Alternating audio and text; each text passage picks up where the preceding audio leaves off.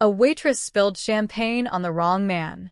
He humiliated and shaved her head for fun in front of everyone. Then the doors opened, and her husband walked in, the quiet, powerful man who funded the entire event.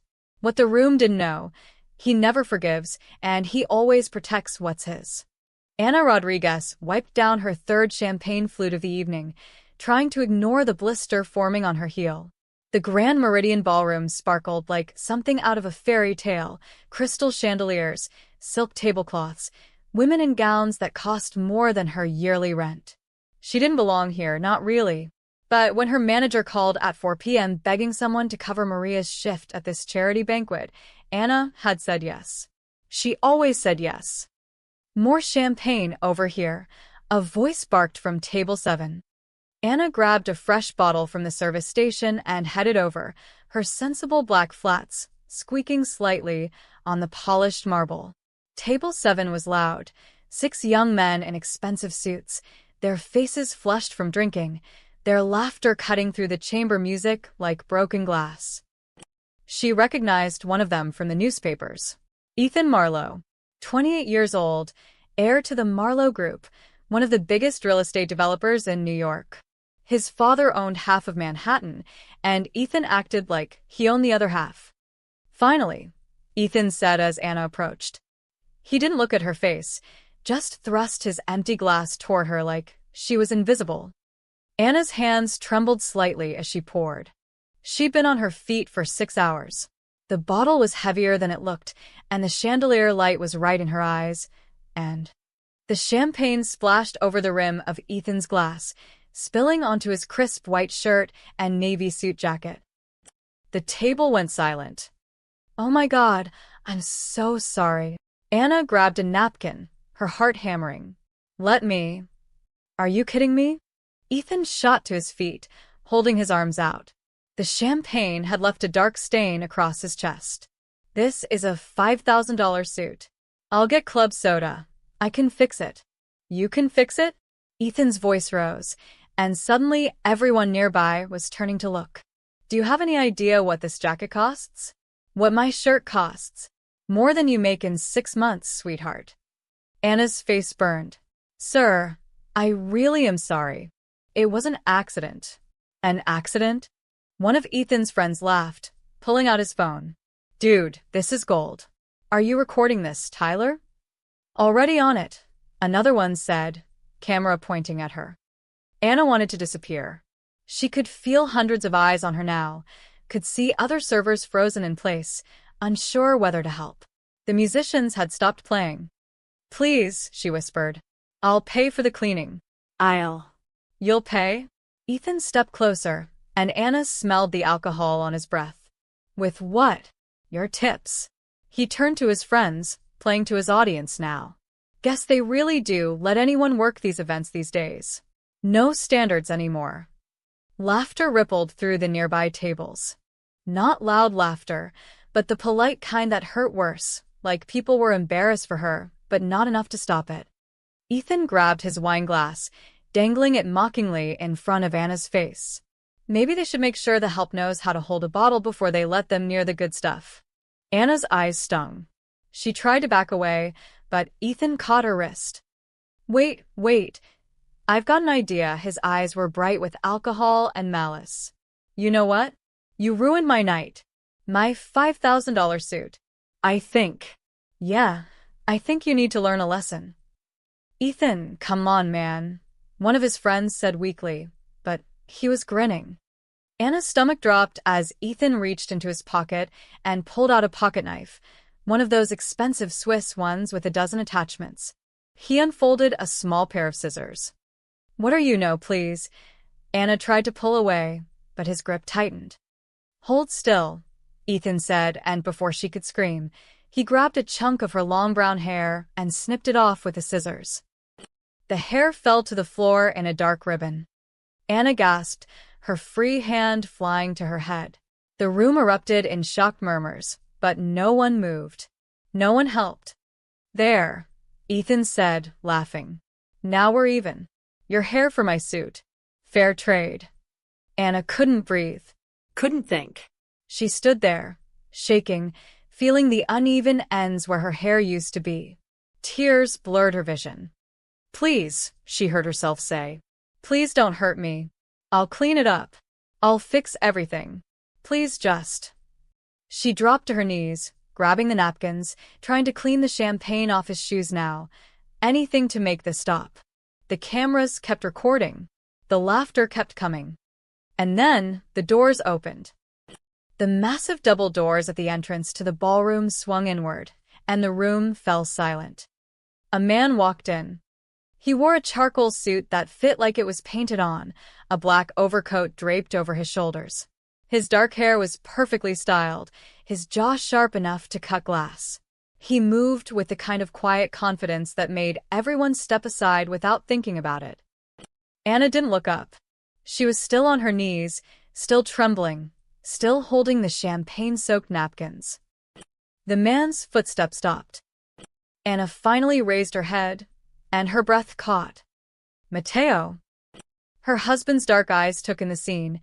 Anna on the floor, hair in her hand, tears on her face. Ethan standing over her, scissors still in his grip, grinning for the cameras. For 3 seconds, nobody moved. Then Matteo walked forward.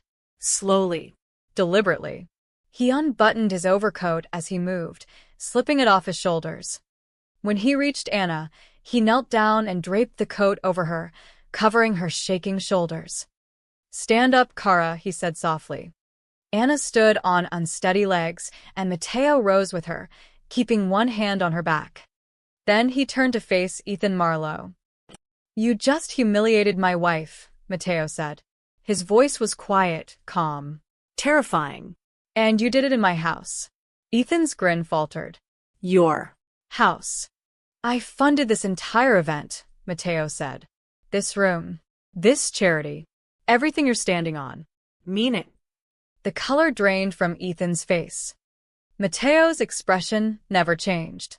"And you thought it would be fun to cut her hair off like an animal." Every camera in the room was now pointed at them. "You made a mistake tonight, Mr. Marlowe," Matteo said quietly. "And I'm going to make sure you understand exactly what that mistake cost you." Ethan's laugh came out nervous, forced. "Look, man, I don't know who you think you are." "Security," Matteo said, not raising his voice, not even looking away from Ethan. For men in black suits materialized from the edges of the ballroom. They moved like shadows, silent and efficient. "Wait, you can't just—" Ethan backed up a step, his friends suddenly very interested in their phones, in the floor, in anything but helping him. "Escort Mr. Marlowe and his guests out," Matteo said. "They're no longer welcome." "This is insane." Ethan's voice cracked. "My father donated $50,000 to this charity. You can't throw me out of a public event." Matteo finally smiled, and it was the coldest thing Anna had ever seen. "This isn't a public event, Mr. Marlowe. This is my event. My charity. My ballroom," he paused. "And that was my wife." The security team moved in. Ethan tried to pull away, but one of the men gripped his elbow firmly. Not violent. Not aggressive. Just absolutely immovable. "You're going to regret this," Ethan shouted as they guided him toward the exit. "My father will destroy you. Do you know who we are?" Matteo's expression never changed. "Yes." "Do you know who I am?" The question hung in the air as security escorted all 6 young men out. The ballroom remained silent except for the sound of expensive shoes on marble and Ethan's fading protests. When the doors closed, the murmuring started. Hundreds of conversations at once, a wave of whispers and speculation. Anna stood frozen in Matteo's coat, aware that every person in the room was staring at them. Her hand went to her hair again, feeling the jagged, uneven cut. Shame burned through her chest. "Matteo," she whispered, "please, can we just go?" He turned to her, and his expression softened. The dangerous man disappeared, replaced by the husband she knew, the one who made her coffee every morning, who fell asleep during movies, who left post-it notes with terrible jokes on the bathroom mirror. "Of course," he said gently.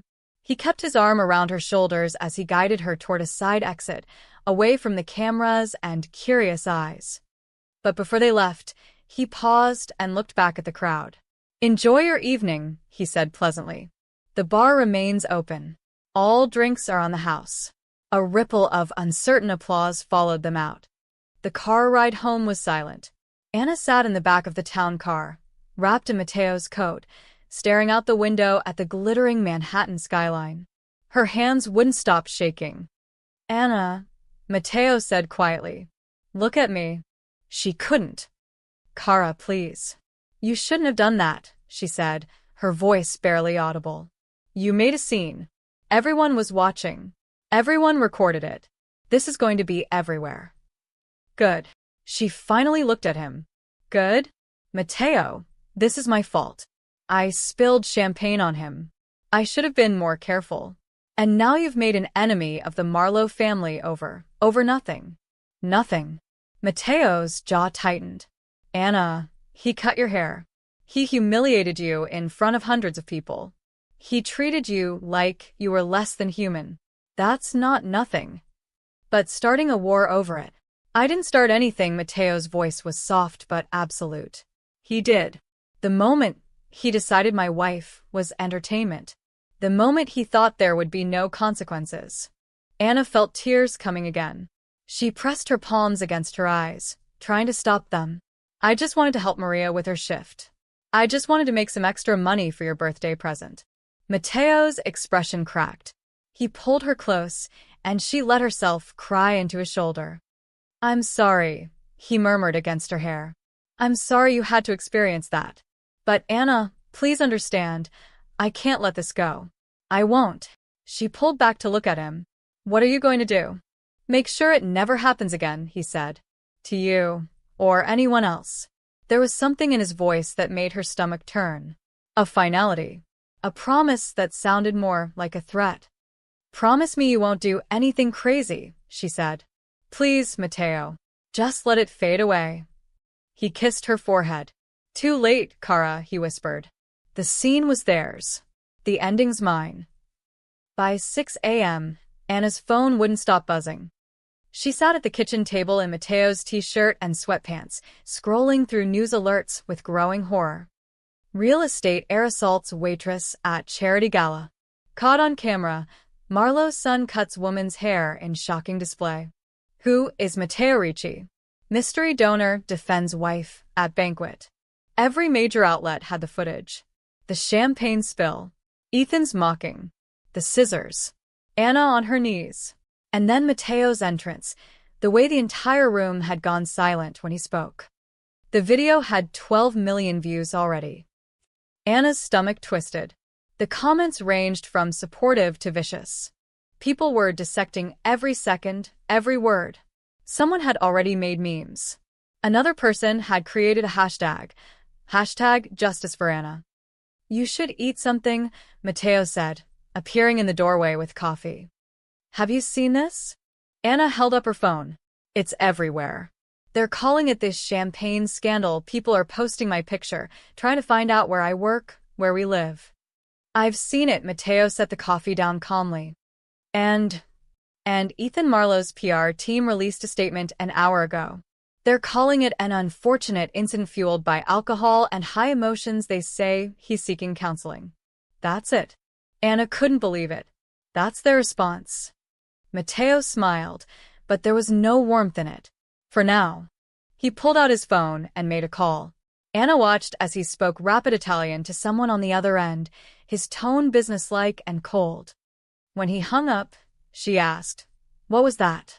"Just moving some pieces," he said casually. "Would you like pancakes?" Anna stared at her husband. This man she'd married 3 years ago.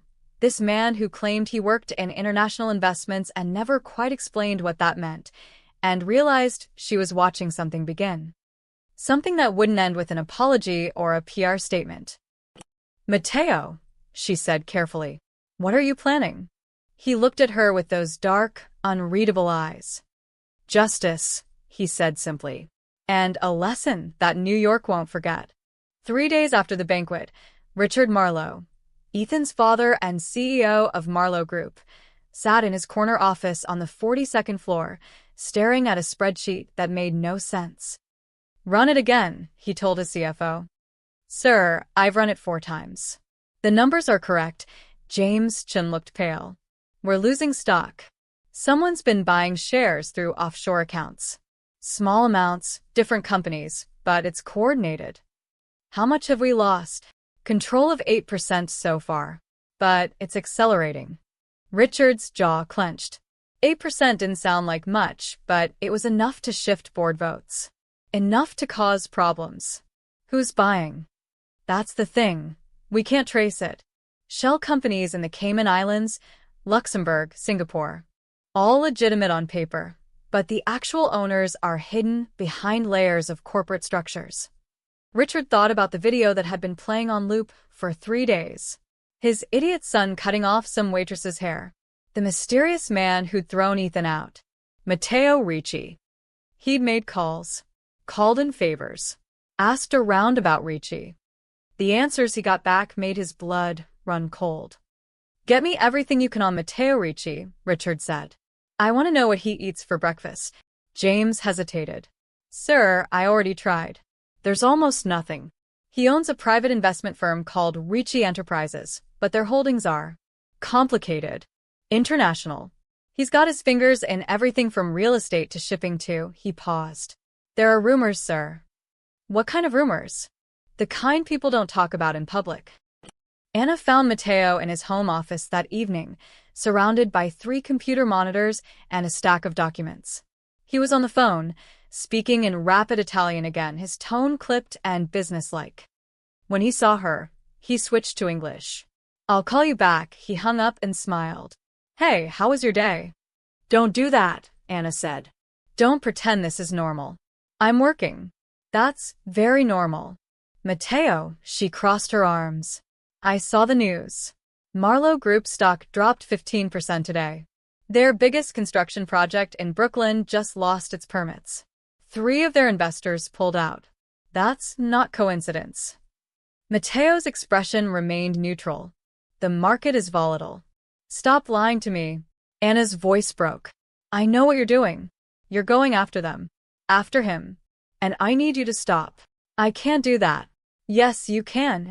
She moved closer, desperation creeping into her voice. "Matteo, please. This has gotten too big. You're turning this into a war over me, and I can't be the reason you destroy someone's entire life." Matteo stood up slowly, his eyes never leaving hers. "No, Anna." "You're not listening." They declared war the moment they forgot what decency looks like. The moment Ethan decided your dignity was worth less than his entertainment. He was drunk and stupid. And rich and powerful and completely certain there would be no consequences. Matteo's voice was quiet but hard as steel. "Do you know how many times he's done things like this? How many people he's humiliated, harassed, hurt? I had my people look into him. 7 harassment complaints. 4 settlements paid quietly to make problems disappear. A DUI that vanished from police records. A assault charge that somehow never made it to trial." Anna's stomach sank. "How do you know all that?" "Because men like Ethan Marlowe are predictable. They think money makes them untouchable. They think power means they can do whatever they want." He cupped her face gently. "And they keep doing it until someone shows them they're wrong. By bankrupting his family, by teaching them that actions have consequences. That's all." Anna pulled away. "That's not all, Matteo. You're not just teaching him a lesson. You're systematically destroying their company, their reputation, everything." "Yes." The simple admission hung between them. "Why?" Anna whispered. "Why does it have to be so total?" Matteo was quiet for a long moment. Then he said, "When I was 12 years old, I watched my mother get fired from her cleaning job because her boss grabbed her and she pushed him away. She reported it. He denied it. She lost everything while he got promoted." His eyes were distant. "I swore that if I ever had power, I would use it to make sure that never happened to someone I loved. That the people who hurt them would pay. Really pay." Anna felt tears burning again. "I'm not your mother, Matteo. And this isn't about justice anymore. This is about revenge." "Maybe," he admitted. But it's also about making sure Ethan Marlowe never does this to anyone else. Making sure every person like him thinks twice before they treat someone as less than human. And what if it changes you? Anna asked quietly. What if this war turns you into someone I don't recognize? The question seemed to hit him harder than she expected. His jaw tightened, and for a moment, she saw doubt flicker across his face. But then his phone buzzed. He glanced at it, and whatever he saw there made him straighten. I need to take this, he said. Mateo. Please, Anna. Trust me. I know what I'm doing. He walked out, leaving her alone in the office surrounded by screens full of numbers and companies and strategies she didn't understand. Anna sank into his chair and buried her face in her hands. The worst part was that she did trust him. She trusted that he loved her, that he thought he was protecting her. But she also knew that once you started a war, you couldn't always control how it ended. And she was terrified of what Mateo would become before this was over. That night, Richard Marlowe got an email from his bank. Due to regulatory review, all business accounts ending in 4892, 3021, and 7766 have been temporarily frozen, pending investigation. Those were their primary operating accounts, the ones they used to pay contractors, suppliers, employees. He called the bank immediately. I'm sorry, Mr. Marlowe, the manager said. It's out of our hands. Federal audit. We have no timeline. Richard hung up and stared at his phone. Then he did something he hadn't done in 20 years. He felt afraid.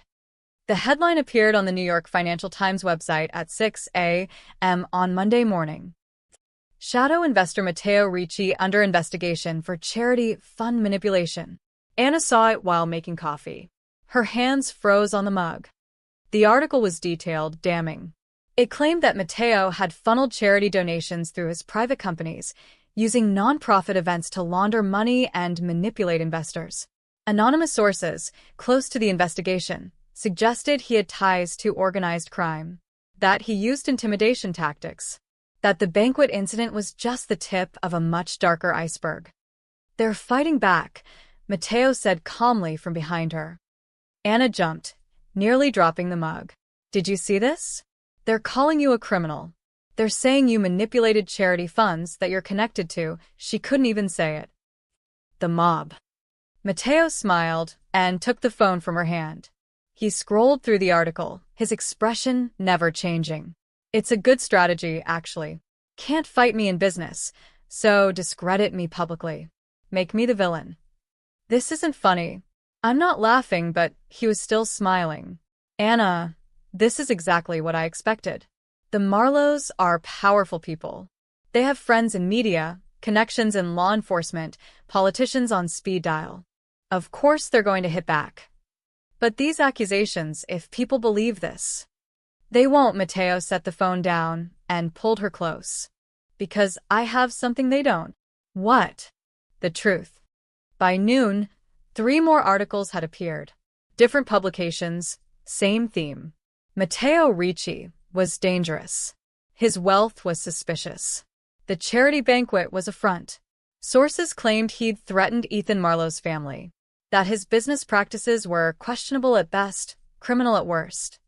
Channel 7 News ran a segment with a former business associate who claimed Matteo had intimidated him into selling his company.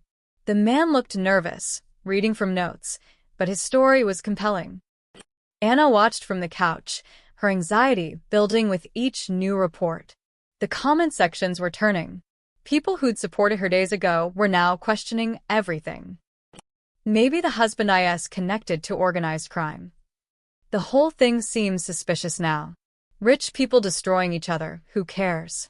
Matteo walked in carrying his laptop, completely unbothered.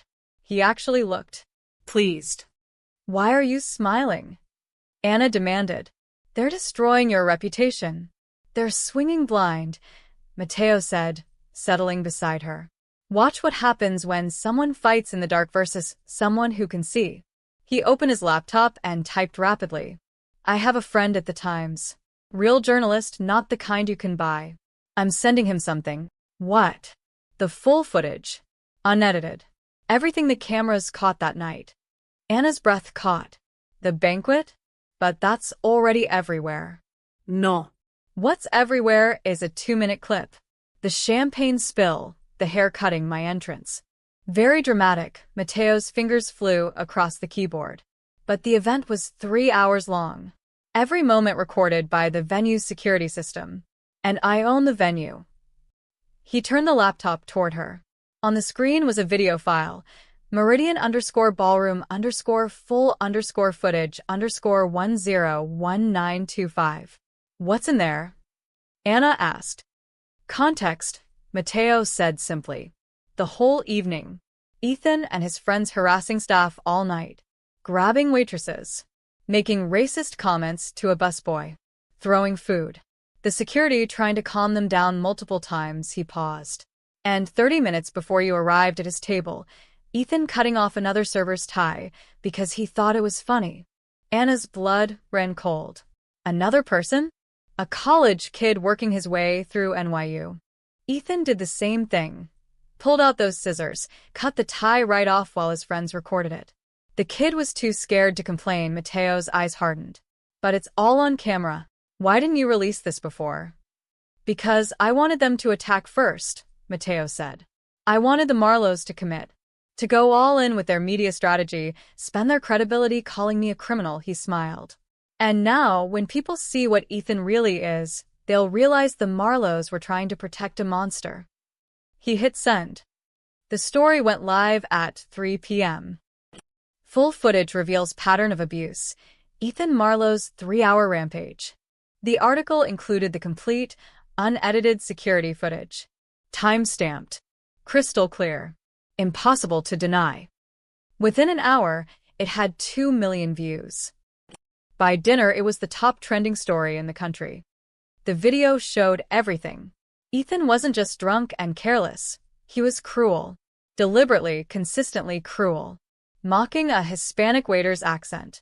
Snapping his fingers at servers like they were dogs. Cornering a young waitress and whispering something that made her face go pale.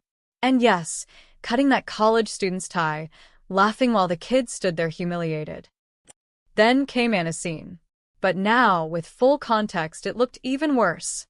This wasn't an isolated mistake. This was a pattern. A game. The comment sections exploded. This is disgusting. This man is a predator. And they tried to make the husband look like the criminal. The Marlows should be ashamed. Every single person who laughed should be held accountable. Anna watched the tide turn in real time. People who'd been defending Ethan went silent. The news stations that had run negative stories about Mateo started issuing corrections. Apologies. The Financial Times just retracted their article, Mateo said, refreshing his phone. And Channel 7's source admitted he was paid by Marlowe Group's legal team to make those statements. They paid someone to lie about you. Of course they did. But now everyone knows it. Mateo looked satisfied. The beautiful thing about the truth, Anna, is that it doesn't need to be loud. It just needs to be undeniable. Anna felt something shift in her chest. Relief mixed with something else. Something uncomfortable. You planned this, she said slowly. From the beginning. You knew they'd attack you and you waited. I strategized. Mateo corrected. There's a difference. Is there? He met her eyes. Yes. Strategy means thinking 3 moves ahead. It means understanding your opponent and letting them make mistakes. He reached for her hand. I didn't create Ethan's cruelty, Anna. I just made sure everyone could see it clearly. Anna wanted to argue. Wanted to say this felt manipulative, calculated, cold. But she couldn't. Because as she watched the news anchors condemning Ethan, as she read the thousands of comments supporting her, defending her, she felt something she hadn't felt since that night. Safe.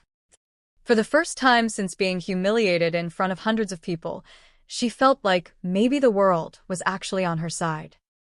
And that terrified her almost as much as Mateo's methods did. Because if she was honest with herself, a small part of her was glad. Glad that Ethan Marlowe was finally being seen for what he really was. And glad that her husband knew exactly how to make that happen. Anna stopped going outside. Not officially. Not dramatically. She just found reasons to stay home. Groceries could be delivered. She called in sick to her waitressing job, her real job, the diner in Brooklyn where she'd worked for 4 years. Her manager had seen the videos, told her to take all the time she needed. Time. As if time could erase being the most talked about woman in New York. On Thursday, 5 days after the banquet, Anna stood in front of the bathroom mirror with scissors in her hand. Her hair was still uneven, still showing where Ethan had cut it. She'd been wearing it in a ponytail, hiding it, but now she stared at her reflection and felt something crack inside her chest. She started cutting. Not wildly. Not emotionally. Just evening it out, making it purposeful instead of accidental. Taking back control in the only way she knew how. When she finished, her hair fell just above her shoulders, shorter than she'd worn it since high school, but clean. Intentional. Hers. Mateo found her sweeping up the hair from the bathroom floor. Anna, he said softly, you didn't have to do that alone. We could have gone to a salon. I needed to do it myself. She didn't look at him. I needed to fix it myself instead of having someone else fix it for me. The words hung between them, loaded with meaning. Mateo leaned against the doorframe. Are we still talking about hair? Anna set down the broom. I got another interview request today. Good Morning America wants me to come on and tell my story. They're offering $20,000. You don't need their money. That's not the point. Anna's voice cracked. The point is that everyone wants a piece of this now. Everyone wants to hear how humiliated I was, how terrible it felt, how grateful I am that my powerful husband swooped in to save me. She finally met his eyes. I'm not a damsel, Mateo. I'm not a story. I'm not a symbol. I'm just a person who spilled champagne and had a really bad night. You're more than that. To you, maybe. But to the rest of the world. She gestured at her phone on the counter, at the dozens of notifications lighting up the screen. I'm the champagne girl. The waitress who married up. The woman who started a war between billionaires. Her voice dropped. Do you know what they're calling me online? The Real Housewife of the Mafia. Mateo's jaw tightened. Those people are idiots. Those people are everyone. Anna felt tears threatening again. She was so tired of crying. I can't go to the grocery store without someone recognizing me. I can't walk down the street without phones pointing at me. Yesterday, someone followed me for 3 blocks trying to get a selfie. She wrapped her arms around herself. I never wanted this, Mateo. I never wanted to be the center of a city scandal. I know. Mateo moved toward her, but she stepped back. Do you? Because from where I'm standing, you're enjoying this. You're winning your war against the Marlowes, getting your revenge, teaching everyone a lesson. Her voice broke. And I'm the one who is to live with being the reason for all of it. Anna, you're not the reason. Ethan is. But I'm the excuse. The words burst out of her. Every move you make, every company you destroy, every person you ruin, it's all in my name. For my honor. To protect me. She looked at him with red-rimmed eyes. But you can't build peace on humiliation, Mateo. Not his. Not theirs. Not anyone's. Mateo went very still. What are you saying? I'm saying this needs to stop. Anna's voice shook but stayed firm. I know you think you're protecting me. I know you think you're creating justice. But all I see is more pain, more destruction, more people getting hurt, and it's all attached to my face, my name, my life. They hurt you first. And now you're hurting them back, and it doesn't make what happened to me any less real. Anna wiped at her eyes angrily. It doesn't change the fact that I was humiliated. It doesn't erase the video. It doesn't give me back my dignity. All it does is make me feel like I'm responsible for whatever happens to them. Mateo looked stricken. You're not responsible. I am. But we're married, Anna whispered. What you do in my name. And I can't carry that weight, Mateo. I can't be the reason someone's life falls apart, even if they deserve it.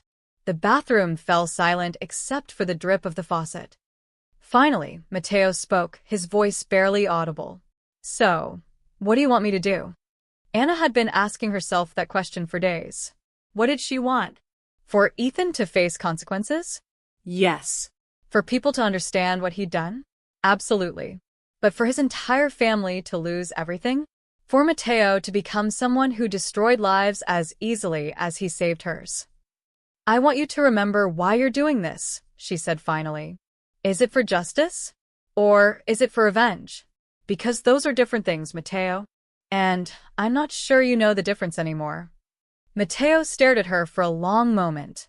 Then, quietly, maybe you're right. What? You said I can't build peace on humiliation. He moved closer, and this time, she didn't step back. But maybe I can build justice on memory. On making sure this matters. On creating something good from something terrible. How? I don't know yet, he touched her new, shorter hair gently. But you're right. I've been so focused on destroying them that I forgot what I'm actually fighting for. His dark eyes met hers. I'm fighting for a world where what happened to you never happens to anyone else. And I can't create that world through destruction alone. Anna felt something loosen in her chest. Not relief, exactly, but hope. So you'll stop? She asked. Mateo hesitated. I'll adjust. Think strategically instead of emotionally, he cupped her face. But Anna, I can't completely stop. Not until I'm sure they understand. Not until there's real change. It wasn't the answer she wanted. But looking into his eyes, seeing the conflict there, the war between his love for her and his need for justice, she understood. This wasn't over. But maybe, just maybe, it could end differently than she feared. Okay, she whispered. Just remember who you are. Remember why I married you. Why did you marry me? Mateo asked softly. Anna managed a small, sad smile. Because you were the kindest man I'd ever met. Don't forget that kindness, Mateo. Even when you're being strategic. He kissed her forehead, and she felt him tremble slightly. Her words had gotten through. Not enough to stop him, but enough to change him. And for now, that would have to be enough. The call started Monday morning. Richard Marlowe's phone rang at 7 a.m. It was the head of the city's building department. Richard, we've got a problem with the Hudson Yards project. New environmental assessment came through. Looks like we'll need to halt construction pending review. Environmental assessment? We passed inspection 3 months ago. New regulations. Federal. Out of my hands. Saw the... Richard hung up and immediately got another call. The Brooklyn Development Authority. The permit for their luxury condo project in Williamsburg, the one that was supposed to break ground in 2 weeks, had been flagged for zoning inconsistencies. What inconsistencies? We've had approval for 8 months. There's some question about the original surveys. We'll need to re-review. Could take 60 to 90 days. By 9 a.m., Richard had received 4 more calls. Each project, delayed, reviewed, questioned, halted. Each excuse different, but the effect identical. Marlowe Group's operations were grinding to a stop. This is coordinated, Richard told his executive team in an emergency meeting. Someone is hitting us from every angle. But who has this kind of reach? His COO asked. This isn't just business pressure. This is regulatory, governmental. Richard said the name like a curse. He's got connections we don't understand. People we can't touch. James Chin pulled up a spreadsheet. It gets worse. 3 of our major suppliers called this morning. They're reassessing their partnership agreements translation. They're walking away from contracts. They can't just walk away. We have legal agreements. They're willing to pay the penalties. Someone's offering them better terms elsewhere. James's voice was grim. And sir, the stock dropped another 12% at market open. We're down 40% total from last week. 40%. In 1 week. Richard felt the walls closing in. Anna saw the news while at the diner. She'd finally returned to work, needing normalcy more than she needed to hide. Her coworkers treated her carefully, like she might break, but at least they treated her like a person. The TV above the counter showed a financial news segment. Marlowe Group in freefall. What's behind a real estate giant's sudden collapse? Rough week for those guys. Jake, the line cook, commented. Couldn't happen to nicer people, though. Did you see what that Ethan kid did to you? Anna's stomach twisted. Yeah, I was there. Oh, right. Sorry, Jake looked embarrassed. I just meant karma, you know? Karma. Everyone kept using that word, like the universe was naturally balancing itself, not being deliberately pushed by her husband's invisible hands. She pulled out her phone and texted Mateo. We need to talk. Tonight. His response came immediately. Of course. I love you. 3 words that used to make her feel safe. Now they made her feel complicit. That afternoon, the health inspector showed up at 3 Marlowe-owned hotels simultaneously. Code violations everywhere. Outdated fire suppression systems. Improper food storage. Issues that had somehow never been problems during previous inspections. This is harassment. Richard shouted into his phone at the inspector's supervisor. These hotels have been operating for 15 years. Then they've been violating code for 15 years, Mr. Marlowe. I suggest you address it. The fines would be in the millions. The repairs would take months. The publicity would be devastating. And through it all, Matteo Ricci's name appeared nowhere. No obvious connections, no traceable interference. Just a series of unfortunate coincidences that were anything but coincidental. You said you'd think strategically instead of emotionally, Anna said that evening. She sat across from Matteo at their kitchen table, her arms crossed. This doesn't look strategic. This looks like annihilation. Matteo poured them both wine. It is strategic. I'm systematically removing their ability to continue operating while keeping my fingerprints off everything. That's not better, Matteo. That's just being sneaky about destruction. No, he set down the wine bottle carefully. It's being precise. Every regulation I'm using is real. Every inspection is legitimate. Every supplier who's walking away is doing so because I'm offering them better terms that help their businesses grow, he met her eyes. I'm not breaking laws, Anna. I'm enforcing them. I'm using the system exactly as it's designed to work. Against one family. Against one family that's been circumventing that same system for decades. Matteo's voice was calm but firm. The Marlowes have used their money and influence to skip inspections, ignore regulations, bribe officials. I'm not creating problems for them. I'm removing the protection that let them ignore existing problems. Anna wanted to argue, but she couldn't deny the logic. So, this is justice. This is accountability. Matteo reached for her hand. And Anna, I promise you, I'm doing this carefully, thoughtfully.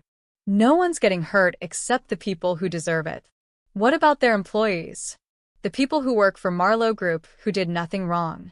Matteo paused. I've already arranged for their key people to receive job offers from competitor companies. Better salaries. Better benefits, he squeezed her hand. You were right. I can't let innocent people suffer because of what Ethan did. So, I'm not. Anna stared at him, caught between admiration and fear. This was the man she'd married, the one who thought 10 steps ahead, who considered every angle. But it was also a man wielding power in ways she couldn't fully comprehend. How much further does this go? She asked quietly. As far as it needs to. That's not an answer. Matteo was quiet for a moment. Then, Richard Marlowe will call me within 48 hours. He'll want to meet, negotiate, make a deal. He looked at her steadily. And that's when I'll decide how this ends. Anna's phone buzzed. Another news alert. Marlowe Group faces perfect storm of regulatory setbacks. Perfect storm. As if nature had arranged this. What are you going to tell him? Anna asked. When he calls? Matteo's expression was unreadable. That depends on what he offers. Richard Marlowe made the call Wednesday evening, exactly 32 hours after Anna and Matteo's conversation. Matteo let it ring 3 times before answering. Mr. Ricci? Richard's voice was controlled, professional, defeated. I think it's time we had a conversation. Face to face. I agree, Matteo said pleasantly. When and where? My office. Tomorrow. 10 a.m. No, Matteo's tone didn't change. Neutral ground. The conference room at the plaza. Noon. A pause. Richard Marlowe wasn't used to being told no. Fine, he said finally. Noon. Just you and me. Just you and me, Mateo agreed. He hung up and looked at Anna, who'd been listening from the doorway. It's happening, he said. Anna's heart was pounding. What are you going to do? Mateo stood and walked to her, pulling her close. Win, he said simply. But on our terms. On your terms. She wanted to believe him. She wanted to believe this would end well, that justice would be served without more destruction, that Mateo would remain the man she'd married. But as she held him in their kitchen, she couldn't shake the feeling that some wars changed everyone who fought them. Even the winners. The conference room on the 45th floor of the plaza overlooked Central Park. Floor-to-ceiling windows framed the autumn trees like a painting, all gold and crimson. The table was polished mahogany, long enough to seat 20. Only 2 chairs were occupied. Richard Marlowe sat at one end, his expensive suit unable to hide the exhaustion in his face. He'd aged 10 years in a week. Gray stubble shadowed his jaw, and his eyes had the haunted look of a man watching his empire crumble. Mateo sat at the other end, perfectly composed. Dark suit, crisp white shirt, no tie. He looked like he'd slept 12 hours and spent the morning at a spa. Between them, 50 feet of empty table and everything left unsaid. Thank you for meeting me, Richard began, his voice carefully neutral. Of course, Mateo's hands were folded on the table. Relaxed. Patient. Richard cleared his throat. I'll be direct. I know what you're doing. The stock purchases, the regulatory pressure, the supplier issues. It's coordinated. It's deliberate. And it's devastatingly effective. Is it? Mateo's expression gave away nothing. You know it is, Richard leaned forward. My company has lost 42% of its market value in 1 week. Projects are stalled. Investors are panicking. Our reputation is in shambles, he paused. You've made your point, Mr. Ricci. You've shown us you have power. That we made a mistake. Your son made a mistake, Mateo corrected softly. You're just paying for it. Ethan is young, stupid, and drunk on privilege. I know that. His mother and I are horrified by what he did to your wife. Richard's voice was sincere, pleading. But destroying our entire company, putting thousands of people out of work, that's not justice. That's overkill. Mateo said nothing, just waited. Richard reached into his briefcase and pulled out a folder. I'm prepared to make this right. Ethan will issue a public apology. A real one, written by him, acknowledging what he did. We'll donate $5 million to a charity of your wife's choosing. And he slid the folder across the table. We'll offer you a 10% stake in Marlowe Group. Full voting rights. A seat on the board. You'll have a say in how we operate going forward. The folder sat between them. Mateo didn't reach for it. 10%, he repeated thoughtfully. That's generous. It's worth about $80 million. Even with the recent stock drop, Richard's hands were shaking slightly. It's a peace offering, Mr. Ricci. A way to smooth things over.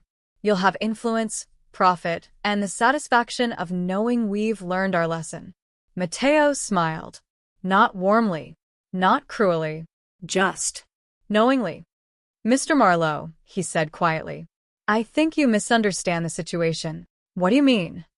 You're offering me a seat at your table. A piece of your company. A way to profit from your family's business. Mateo stood slowly, walking along the length of the table toward Richard.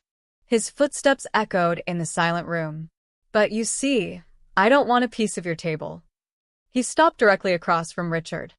I own the building it sits in. Richard's face went pale. What? The conference room doors opened. 2 men in suits entered, lawyers, by the look of them.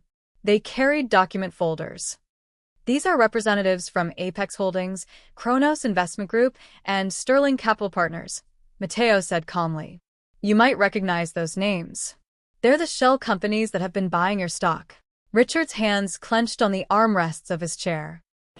Over the past 7 days, through 32 different acquisition vehicles across 14 countries, I have purchased, either directly or through controlled proxies, 51% of Marlowe Group's outstanding shares, Mateo's voice never rose above conversational. As of 9 a.m. this morning, I own controlling interest in your company.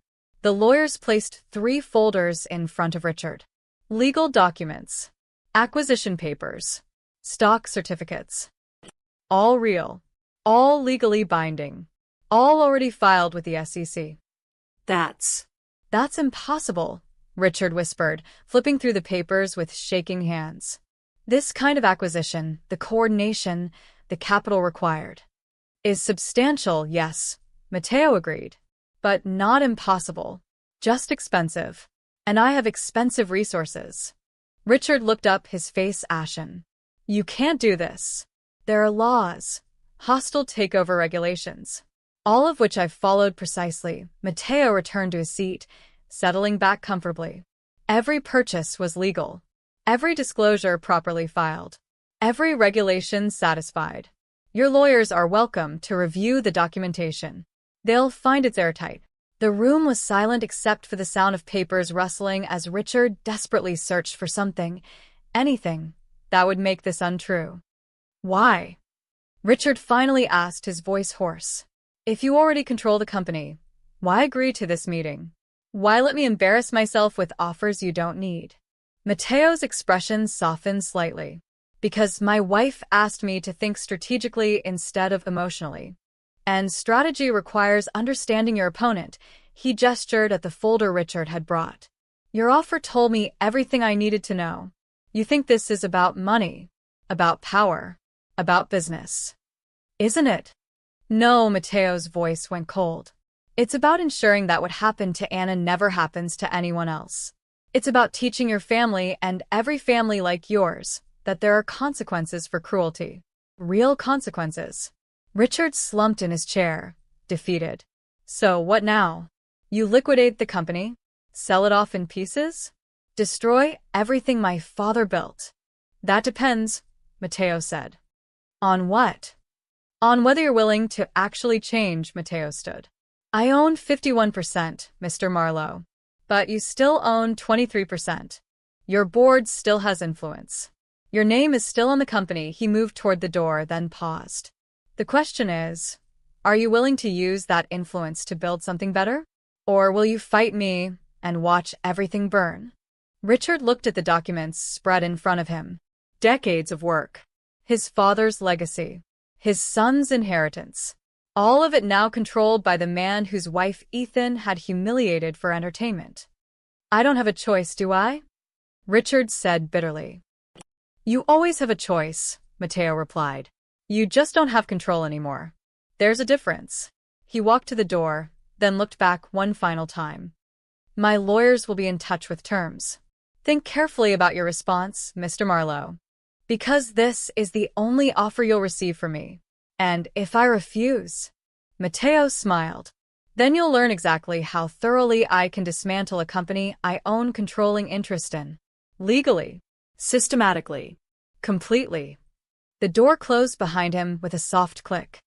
Richard Marlowe sat alone in the conference room, surrounded by papers that proved he'd lost a war he didn't even know he was fighting until it was already over. Anna was folding laundry when her phone exploded with notifications. Not metaphorically. Actually exploded. Buzz after buzz until she grabbed it in frustration and saw the headline trending across every social media platform. Federal investigation. Marlowe Group allegedly diverted charity funds for tax evasion scheme. Her stomach dropped. She clicked the article. The byline was from ProPublica, a respected investigative journalism outlet. The piece was detailed, methodical, devastating. According to leaked documents from an ongoing federal investigation, Marlowe Group had been using charity events, including the very banquet where Anna had been humiliated, to funnel donation money through shell corporations. The donations were written off as tax deductions while the money was secretly routed back to Marlowe Properties through consulting fees and service contracts. The article included copies of financial records, email chains, bank statements. Everything meticulously documented. Everything damning. One email, sent from Ethan Marlowe's personal account, literally said, "Dad, the charity loop works perfectly. We write off 2M, cycle it back through the Cayman account, and pocket 18M clean. Inspector won't touch it. Anna read it 3 times, her hands shaking. Then she read the disclaimer at the end. Marlowe Group representatives declined to comment. Federal investigators would neither confirm nor deny the existence of an investigation. Her phone rang. Mateo. Don't, she said when she answered. Anna. Don't tell me you didn't do this. Don't tell me it's coincidence. Her voice was shaking. A federal investigation? Leaked documents? The timing is too perfect, Mateo. Silence on the other end. Say something, Anna demanded. I didn't leak anything, Mateo said carefully. I don't know who gave those documents to ProPublica. But you knew they existed. Yes. And you knew they would surface. I suspected. Anna closed her eyes. How long have you had those documents? Anna. How long? A pause. Then, quietly. About 4 days. My forensic accountants found them while doing due diligence after the acquisition. 4 days. He'd been sitting on evidence of federal crimes for 4 days. Waiting. Planning. You could have turned them over to authorities immediately, Anna said. That's what a normal person would do. I could have, Mateo agreed. But normal people don't win wars. This isn't a war, Mateo. This is, she struggled for words. This is complete destruction. You didn't just beat them. You buried them. They buried themselves, Mateo said, his voice hardening. Those documents are real, Anna. Those crimes are real. I didn't make Ethan write that email. I didn't force the Marlowes to steal from charity. I just made sure the truth came to light by leaking it to the press instead of law enforcement. I didn't leak anything. But if someone else did, someone who works at Marlowe Group, someone who is disgusted by what they found, I can't control that. Anna felt sick. The plausible deniability was so perfect it was almost beautiful. Mateo's fingerprints were nowhere on this. The leak could have come from anyone, an angry employee, a whistleblower, a federal agent. And yet she knew. Deep in her bones, she knew. You orchestrated this, she whispered. I ensured justice was served. Stop calling it justice. Anna shouted, surprising herself. This is revenge, Mateo. Complete, total, overwhelming revenge. You didn't just make them pay for what Ethan did. You destroyed their entire legacy, their company, their reputation, their freedom if this federal investigation is real. If. Mateo's voice went cold. Anna, they committed crimes. Real crimes. They stole from charities that help sick children, homeless families, cancer patients. They took money meant for people who desperately needed it and used it to buy vacation homes and luxury cars. His voice shook with genuine anger. So yes, I made sure those crimes were exposed. And yes, I made sure it happened in the most public, most devastating way possible. Because that's what they deserve. Anna sank onto the couch, the phone pressed to her ear. And what about what I deserve? What do you mean? I deserve a husband who doesn't terrify me, she said quietly. I deserve to look at you and see the man I married, not someone who manipulates federal investigations and ruins lives with the same ease he makes coffee in the morning. Mateo was silent for a long moment. When he spoke again, his voice was raw. I did this for you. No, Anna said. You did this for you. For your ego. For your need to win.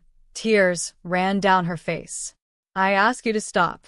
I asked you to think strategically instead of emotionally. And you heard, be smarter about revenge, instead of stop hurting people. They hurt you first. And now they're destroyed. Anna screamed. Their company is gone. Their reputation is ruined. They're facing federal prison. When does it end, Mateo? When they're bankrupt. When they're in jail. When they're dead. When does your revenge finally feel like enough? The line was silent except for her ragged breathing. I love you, Mateo said finally, his voice barely audible. Everything I did because I love you. Because I couldn't stand watching you hurt and doing nothing. You did so much more than something, Anna whispered. You became someone I don't recognize. Anna, please. I need space, she said. I need to think. I need to figure out if I can live with what you've done. With what you're capable of doing. Where are you going? My sister's place in Boston. Just for a few days, she wiped her eyes. Don't follow me. Don't send people to watch me. Don't. Don't be that person. Please. Another long silence. Okay, Matteo said quietly. I'll give you space. But Anna. What? I'm not sorry for exposing their crimes. I'm not sorry for making sure they faced consequences. His voice was firm, certain. But I am sorry that it cost me your trust. That's the one thing I never meant to lose. Anna hung up without responding. She sat on the couch, staring at her phone as notifications continued pouring in. The Marlowe story was everywhere now. Cable news, social media, late-night talk shows. Ethan's face next to mugshot-style photos. His father looking haggard outside their Manhattan offices. And somewhere in all of that chaos, orchestrated with precision and executed with ruthless efficiency, was her husband's invisible hand. Matteo had won. Completely. Bloodlessly. Perfectly. And Anna had never felt more alone. Anna was packing when she heard the front door open. She told Matteo she was going to Boston, but she hadn't left yet. Couldn't seem to make herself move. She'd been standing in their bedroom for 20 minutes, staring at an empty suitcase, paralyzed by the weight of everything that had happened. His footsteps were quiet on the hardwood floor. When he appeared in the doorway, he looked tired. Not physically. Matteo never looked physically tired. But there was something in his eyes. Something heavy. You're still here, he said. I'm leaving. Anna folded a sweater mechanically. I just needed to pack. Anna, can we talk? I think we've said everything. Please, he stepped into the room. 5 minutes. Then I'll call you a car. I'll give you all the space you need. Anna's hands stilled on the suitcase. She didn't turn around. What's left to say, Matteo? You won. The Marlowes are destroyed. Ethan will probably go to prison. His father's company is yours. You got everything you wanted. I didn't get what I wanted, Matteo said quietly. I wanted you to feel safe. To feel protected. To know that no one would ever hurt you like that again. By burying them, Anna finally turned to face him. By systematically destroying every aspect of their lives? That's not protection, Matteo. That's annihilation. They deserved it. Maybe they did. Anna's voice cracked. Maybe Ethan deserved to lose everything. Maybe his father deserved to have his crimes exposed. Maybe they're terrible people who've hurt others and deserved every bit of what you did to them. She wiped at her eyes angrily. But you didn't fix anything. You didn't make the world better. You didn't create justice. You buried them so deep they'll never see daylight again. Matteo's jaw tightened. So, what should I have done? Let them apologize and move on? Let Ethan face no real consequences? Let them keep operating the same way, hurting the same people, stealing from the same charities? I don't know. Anna's composure finally broke. I don't know what the right answer is. But I know that watching you become this person, this calculating, ruthless person who manipulates investigations and destroys companies and controls everything from the shadows, it scares me, Matteo. It scares me so much. I'm still the same person. No, you're not. Anna shook her head. The man I married would have been angry, yes. Would have wanted justice, absolutely. But he wouldn't have orchestrated a complete corporate takeover across 14 countries. He wouldn't have leaked federal documents to maximize media impact. He wouldn't have, she gestured helplessly. He wouldn't have enjoyed it. Matteo went very still. You think I enjoyed this? Didn't you? Anna met his eyes. Even a little?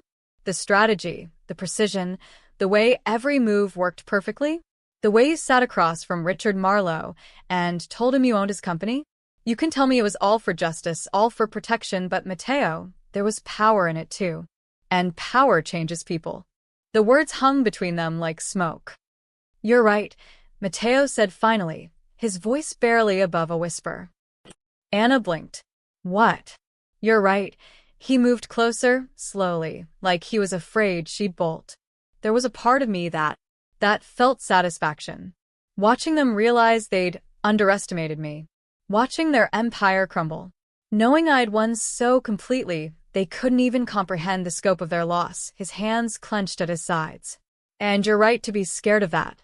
Because I'm a little scared of it too. Anna's breath caught. When I saw you on your knees that night, Matteo continued, his voice raw, something in me broke. Or maybe it woke up.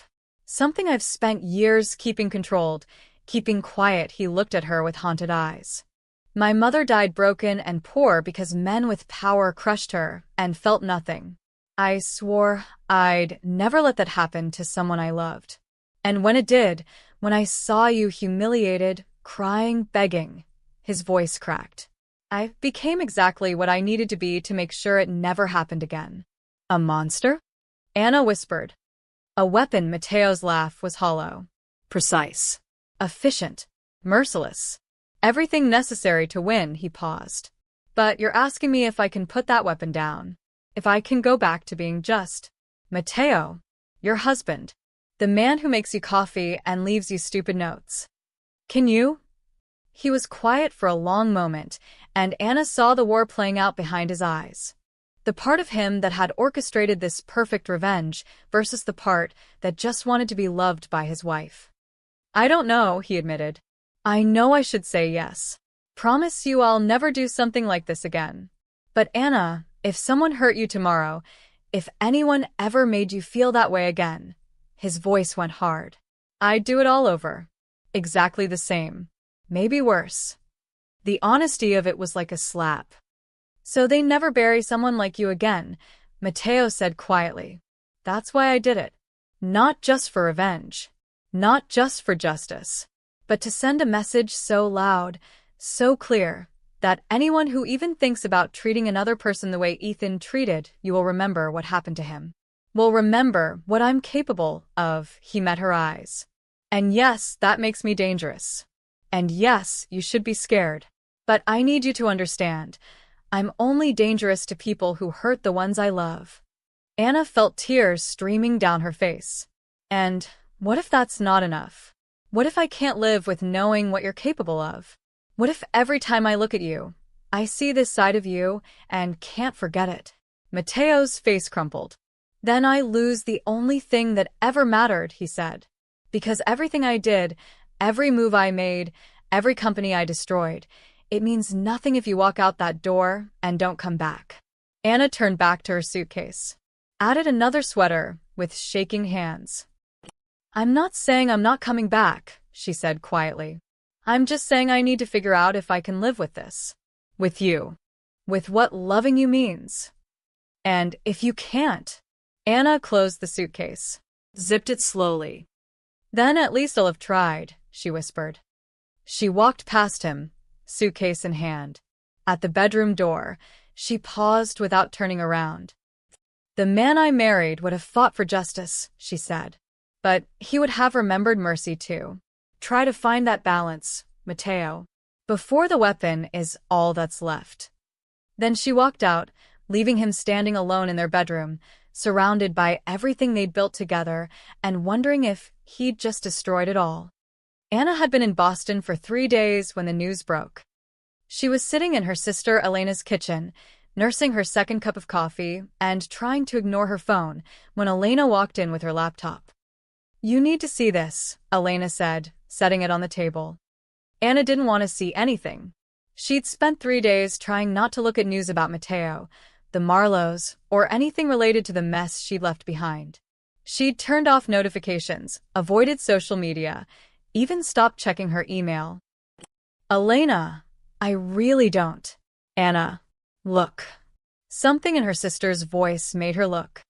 The headline read, Matteo Ricci announces $500 million foundation for worker dignity and protection. Anna's coffee cup froze halfway to her lips. The article explained that Matteo had restructured his acquisition of Marlowe Group, liquidating certain assets and redirecting them into a newly established charitable foundation. The Anna Ricci Foundation for Dignity in Labor would focus on protecting service workers from harassment, abuse, and exploitation. It would provide legal aid, advocacy, training programs, and emergency financial assistance.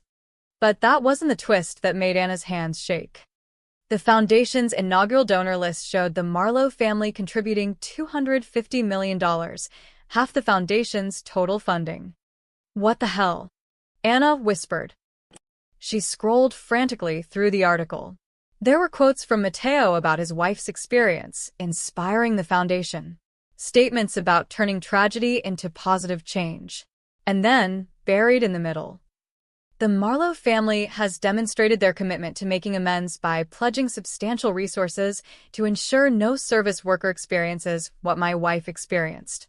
Their contribution represents not just financial support, but a fundamental shift in values. Anna's phone buzzed. A text from Matteo. I know you asked for space, but I thought you should hear this from me first. Check your email. With shaking hands, Anna opened her email. The message was short. Kara, you asked me to find balance. To remember mercy alongside justice. I'm trying. The Marlowes didn't just commit crimes against the law, they committed crimes against human dignity. But you were right. Burying them doesn't fix anything. It doesn't help the next person who gets treated the way you were treated. So I made them a deal. In exchange for reduced charges and the opportunity to retain 15% of their company, non-voting shares, the Marlowe family agreed to fund this foundation. Richard and Ethan will serve on the advisory board unpaid. They'll spend the next decade actively working to undo the culture they created. It's not mercy. It's redemption. Forced redemption, maybe, but redemption nonetheless. The foundation is named after you because you inspired it. Not because of what happened to you, but because of what you said to me. You can't build peace on humiliation, you were right. But maybe we can build something good from it. I love you. Whether you come home or not, I love you. Anna read it 3 times. Then she opened her laptop and started digging. The press conference had happened that morning. Anna found the full video on YouTube. Matteo stood at a podium, impeccably dressed as always, with a backdrop showing the foundation's logo, 2 hands reaching toward each other, one offering help, one receiving it. But he wasn't alone. To his left stood Richard Marlowe, looking 10 years older than he had at the plaza meeting. To his right, Ethan Marlowe, his arrogant smirk replaced with something that looked almost like shame. 3 weeks ago, Matteo began, his voice calm and measured. My wife experienced something no person should ever experience. She was humiliated, assaulted, and dehumanized while simply doing her job. The camera flashed to Ethan, who visibly flinched. The person responsible stands beside me today. Not because I've forgiven him. Forgiveness is not mine to give. But because he and his family have agreed to spend the next decade proving they understand the gravity of what happened. Matteo gestured to the screen behind him, which now showed the foundation's mission statement. The Anna Ricci Foundation will provide resources and protection for service workers across the country. Legal representation for those who face harassment. Emergency funds for those who lose their jobs after reporting abuse. Training programs that teach both workers and employers about dignity, respect, and accountability. He paused, and the camera caught something unexpected in his expression. Uncertainty. Vulnerability. My wife told me that you can't build peace on humiliation. She was right. But she also showed me that sometimes the people who cause harm can be part of the solution if they're willing to do the work. Richard Marlowe stepped forward to the microphone. His hands trembled slightly. What my son did was inexcusable, Richard said, his voice rough. What our company culture enabled was shameful. We've spent decades believing our wealth and influence put us above consequences, above accountability. He took a breath. We were wrong. And this foundation is our first step, our first of many steps, toward making that right. Then Ethan spoke, and Anna had to pause the video because her hands were shaking so badly. I don't expect forgiveness, Ethan said, staring directly at the camera. What I did to Mrs. Ricci was cruel, degrading, and wrong. I thought it was funny. I thought I was entitled to treat people however I wanted because of who my family was, his voice cracked. I was wrong. And I'm going to spend a very long time proving I understand that. The video showed reporters firing questions, Mateo handling them with practiced ease. The Marlowes looking uncomfortable but present, committed, real. Anna closed her laptop. He turned them into allies, Elena said quietly. She'd been watching over Anna's shoulder. That's actually kind of brilliant. It's manipulative, Anna said automatically. Is it? Elena raised an eyebrow. He could have destroyed them completely. Put them in prison, bankrupted them, erased them. Instead, he's forcing them to spend a decade actually helping people. Actually learning. Actually changing, she paused. That's not mercy, maybe. But it's not pure revenge either. It's something in between. Anna thought about Mateo's words. I'm trying. Not I've found balance, not I've changed completely, just I'm trying. He created something good, Anna whispered. From something terrible. He created something good in your name, Elena corrected. And he made the people who hurt you part of healing that hurt, she squeezed Anna's shoulder. That's pretty close to justice, Anna. Real justice. Not revenge. Not mercy. just Accountability with purpose. Anna stared at her phone. At Mateo's message still glowing on the screen. I love you. Whether you come home or not, I love you. She'd asked him to find balance between the weapon and the man. And he was trying. It wasn't perfect. It was complicated and messy, and probably still manipulative in ways she didn't fully understand. But it was trying. And maybe that was enough to start rebuilding what had been broken. Anna picked up her phone and typed, I saw the news. Can we talk? The response came immediately, always. I'm here whenever you're ready. Not come home, not I need you, just I'm here whenever you're ready. Anna looked at Elena. Can I borrow your car? Her sister smiled. He's in New York. That's a 4-hour drive. I know. You sure you're ready? Anna wasn't sure of anything, but she knew that Mateo had heard her, had tried to change, had created something beautiful from something ugly. And she knew that whatever happened next, they needed to figure it out together. I'm sure I need to try, Anna said. That would have to be enough. Anna stood outside the Grand Meridian Ballroom, her hand frozen on the polished brass door handle. We don't have to do this, Mateo said quietly beside her. We can leave right now. No one would blame you. I would blame me, Anna took a deep breath. She was wearing a deep blue dress, simple, elegant, nothing like the server's uniform she'd worn 3 weeks ago. Her hair, now professionally styled into a sleek bob just above her shoulders, caught the light from the chandeliers visible through the glass doors. I need to do this. Why? Mateo asked gently. Anna, you don't owe anyone. I owe myself, she finally looked at him. That night, I left this place humiliated. Destroyed. I let Ethan Marlowe take my dignity. She straightened her shoulders. I need to walk back in and take it back. Through the doors, she could hear music, conversation, the clink of glasses. The Foundation's inaugural gala was already in full swing. 300 guests, donors, advocates, journalists, politicians. All there to celebrate the Anna Ricci Foundation for Dignity in Labor. All there because of the worst night of her life. Ready. Mateo offered his arm. Anna hesitated, then shook her head. I need to walk in alone. Is that okay? Something flickered across Mateo's face. Surprise, then understanding, then pride. Of course. I'll be right behind you. But this moment?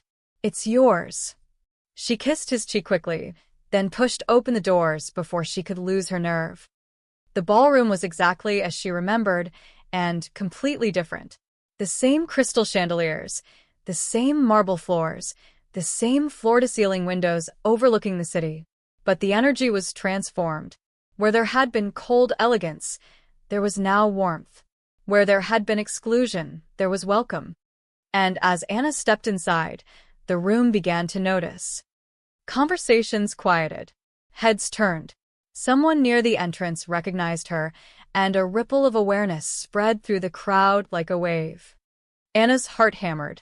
For a terrible moment, she was back on her knees, hair falling around her, cameras recording her humiliation. She could almost feel the weight of judgment, the heat of shame. Then someone started clapping.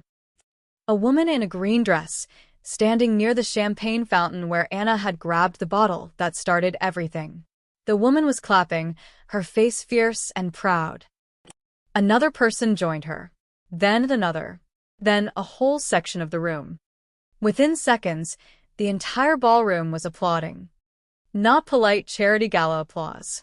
Real applause. The kind that said, "We see you. We recognize what you survived. We're honoring your courage."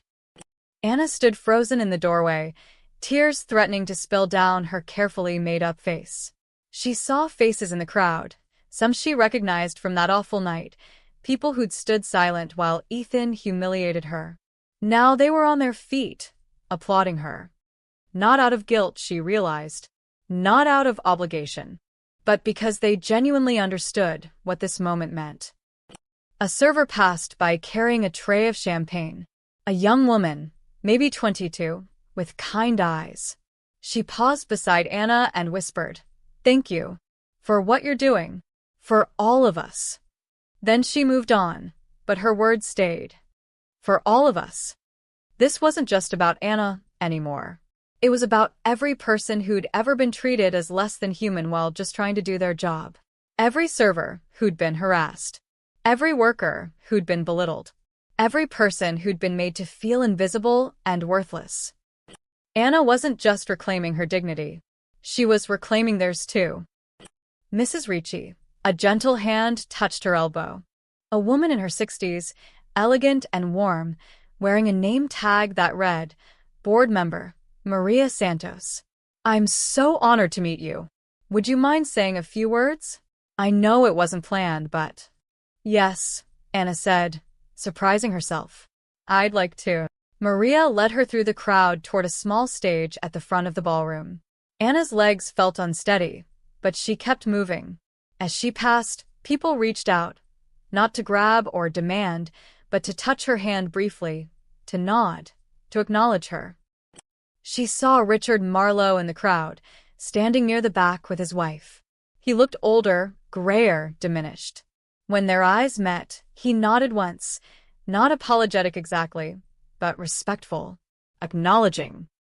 Ethan stood beside him, wearing a name tag that identified him as an advisory board member. He looked like he wanted to disappear into the floor. When Anna's gaze found him, he couldn't meet her eyes. Just stared at his shoes, his face flushed with shame. Good, Anna thought. Let him feel it. Let him remember. She climbed the stage steps. Maria handed her a microphone, and suddenly Anna was looking out at 300 faces, all focused on her. The same ballroom, the same view, but everything had changed. I'm not good at speeches, Anna began, her voice shaking slightly. 3 weeks ago, I stood in this exact room as a waitress covering a friend's shift. I was invisible, unimportant, just part of the background. The room was utterly silent. And then I became very visible. But for all the wrong reasons, Anna's throat tightened. Someone decided I was entertainment. That my dignity was worth less than a joke. That humiliating me would make for a good video. She could see people shifting uncomfortably, remembering. For a while, I wanted to disappear again. To go back to being invisible because at least invisible didn't hurt, Anna took a breath. But then I realized something. Being invisible is how this keeps happening. Service workers are treated badly because people have learned to look through us. To see uniforms instead of humans. To forget that we have lives, families, feelings. Her voice grew stronger. This foundation isn't about revenge. It's not about punishment. It's about visibility. It's about making sure every worker, every person, is seen as exactly what they are, human beings deserving of dignity and respect. She paused. And it's about making sure that when someone's dignity is attacked, there are resources to help. Legal support. Financial assistance. A community that says, "We see you. You matter. You're not alone." The applause started again, but Anna raised her hand gently. I didn't want to be here tonight, she admitted. I was terrified to walk back into this room. But I'm glad I did. Because now, when I think about this ballroom, I won't just remember the worst night of my life, she smiled, tears finally spilling over. I'll remember this night too. When something terrible became something hopeful. When pain turned into purpose. Anna looked toward the back of the room, where Mateo stood silently, watching her with an expression she couldn't quite read. Pride, certainly. Love, absolutely. But also something else. Maybe relief. Maybe recognition that she was stronger than either of them had realized. Thank you for being here, Anna said to the crowd. And thank you for believing that every person deserves to be treated with dignity. No matter who they are. No matter what job they do. No matter what. The applause was thunderous. Anna stepped off the stage, and the guests surged forward. Not aggressively, but eagerly, wanting to shake her hand, share their stories, thank her. She was surrounded by warmth and support and genuine human connection. And from across the room, Mateo watched his wife shine. The gala wound down slowly, like a dream reluctant to end. Anna found herself at the champagne fountain, the same fountain where she'd grabbed the bottle 3 weeks ago. She stared at the bubbling golden liquid, watching it cascade down the crystal tears. Different view from up here, isn't it? She turned to find Ethan Marlowe standing a careful distance away, his hands in his pockets. He looked nothing like the arrogant heir who'd cut her hair. His expensive suit couldn't hide the exhaustion in his face, the weight he seemed to carry. Anna's first instinct was to walk away, but something made her stay. What do you want? She asked, not unkindly. To apologize. Really apologize. Not the PR statement my lawyers wrote. Ethan's voice cracked. Mrs. Ricci, what I did to you was unforgivable. I was drunk, yes, but that's not an excuse. I was cruel because I thought I could be. Because no one had ever made me understand that other people's dignity matters as much as my own entertainment. Anna studied him. And now I spend 60 hours a week working with the foundation. Meeting workers. Hearing their stories. Learning everything I should have learned 20 years ago, he swallowed hard. I can't undo what I did. But I'm trying to make sure I never become that person again. Why? Anna asked. Because my husband forced you to? At first, yes, Ethan met her eyes. But now? Because I saw the video. All of it. And I saw myself through everyone else's eyes. And I was monstrous. My own mother couldn't look at me for a week, his voice dropped. I'm ashamed of who I was. And I'm trying to build someone better. Anna was quiet for a moment. Then she said, I don't forgive you, Ethan.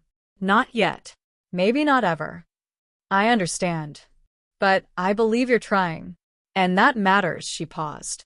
Keep trying. Keep learning. Keep making sure other people don't suffer, because someone with power thinks it's funny. Ethan nodded, his eyes bright. I will. I promise. He walked away, and Anna felt something inside her shift. Not forgiveness, but closure. The beginning of healing. That was generous of you. Mateo appeared beside her, 2 champagne flutes in his hands. He offered her one, then paused. Or would you prefer something else? Anna took the glass, smiling slightly. I think I can handle champagne now. They stood together in comfortable silence, watching the last guests filter out. The ballroom was emptying, staff beginning the quiet work of cleanup. The same young waitress from earlier passed by, and Anna caught her eye. Thank you, Anna said. For what you do. It matters. The girl's face lit up. Thank you, Mrs. Ricci, for making sure we matter. When she left, Mateo turned to Anna. You were magnificent tonight. The speech, the way you carried yourself, he shook his head. I'm in awe of you. Don't be. Anna set down her champagne. I'm terrified. Matteo. Terrified of what comes next. Of running this foundation. Of being this person everyone expects me to be. You don't have to be anyone but yourself. And what if myself isn't enough?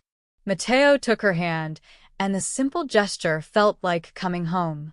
Anna, You stood in front of 300 people and turned your worst moment into something that will help thousands.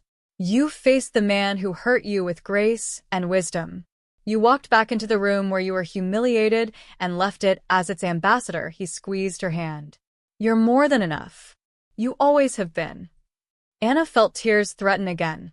Happy tears this time. We're okay? You and me? Are we? Mateo asked seriously. I know I scared you. I know I became someone you didn't recognize. And I can't promise I'll never be that person again if someone threatens you. I'm not asking for promises, Anna interrupted. I'm asking if you understand why it scared me. Yes, Mateo's voice was certain. And I'm asking if you can live with loving someone who has that darkness in them, who can be ruthless when protecting the people he loves, who won't always choose mercy first.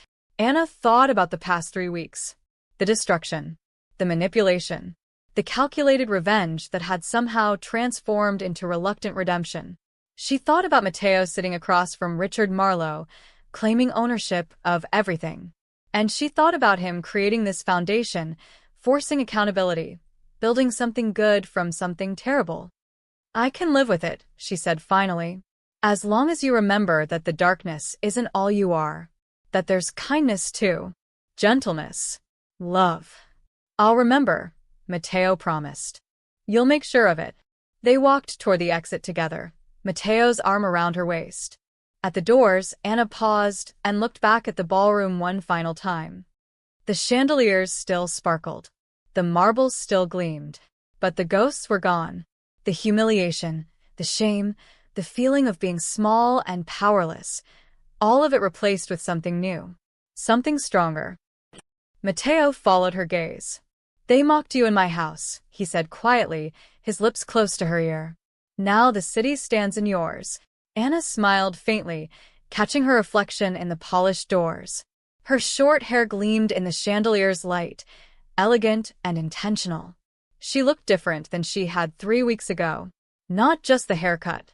Something deeper, something essential, had changed. She was no longer the humiliated waitress. No longer the victim. No longer invisible. She was Anna Ricci, the woman who had survived cruelty and transformed it into purpose. The woman who had inspired an empire to change its tone. The woman who had taught everyone watching that dignity wasn't something that could be cut away with scissors. It was something you carried inside, unbreakable, eternal.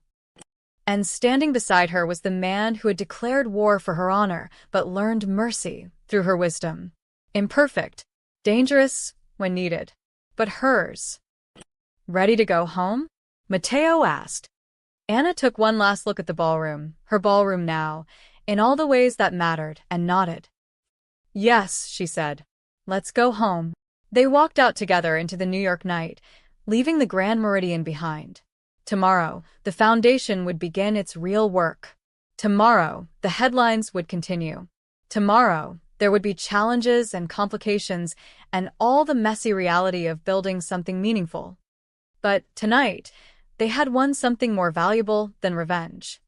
They had reclaimed dignity, rebuilt trust, remembered love.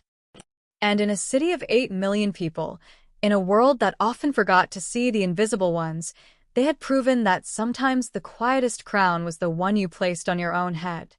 The end.